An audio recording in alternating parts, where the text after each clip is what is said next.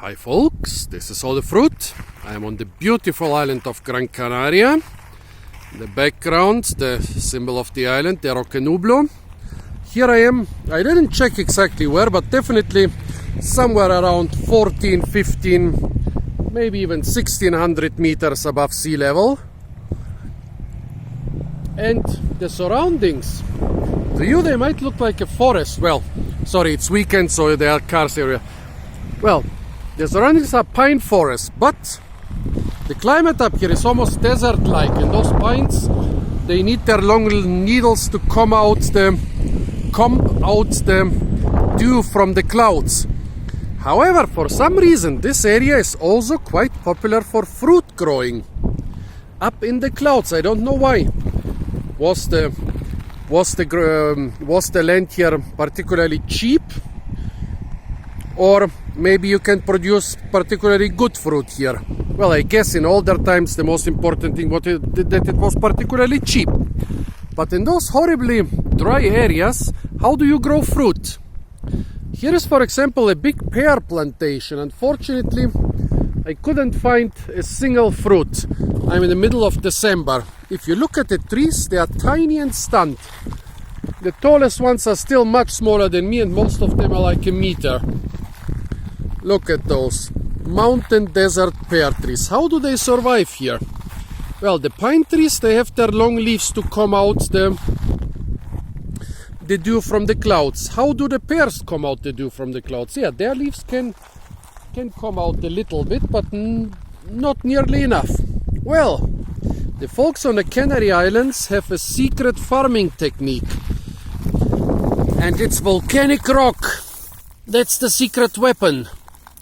That's looking like a sponge, and like a sponge at night or during at night or when there are clouds, it sucks the moisture from the air. Those volcanic rocks, they suck the moisture from the air, then they transfer it to the soil beneath. Here you can see 2 or 3 centimeters deep, about an inch deep. The rocks are already moist, and because the capillaries in the soil beneath them are more fine than the ones in the rocks, the moisture transpires into the soil beneath and from there into the roots. This technique is most famous on Lanzarote, where it's combined with craters where each tree and plant grows inside. There they have those black rocks. On Tenerife they have white rocks for the same purpose. The color is not so important. It's important as the sponge-like qualities are important. But few people know that on Gran Canaria we have the same system with black rocks like in Tenerife. Nice pears. I don't know what pears, what variety they are. A lot of people don't know that in the mountain areas of the Canary Islands you have fruit trees quite similar to Europe. Up here you still have the occasional orange or lemon tree, but no more mangoes or papayas or avocados. And yeah, temperate stuff like pears and apples and cherries and plums dominate the plantations. Beautiful. Let's see, those pears are grafted onto quince. I can show you that.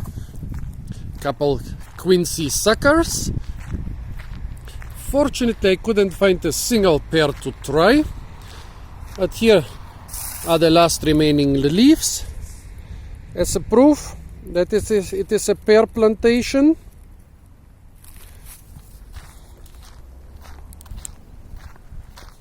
Here we have the quincy suckers on which those pears are being grafted. Yeah, unfortunately I'm a little bit too late to show you the fruit. So folks, this was a pear plantation in the clouds, which lives not so much from the rain but from the clouds themselves. Stay tuned for a lot more fruit videos from the beautiful island of Gran Canaria, and don't forget to like, share, comment and subscribe.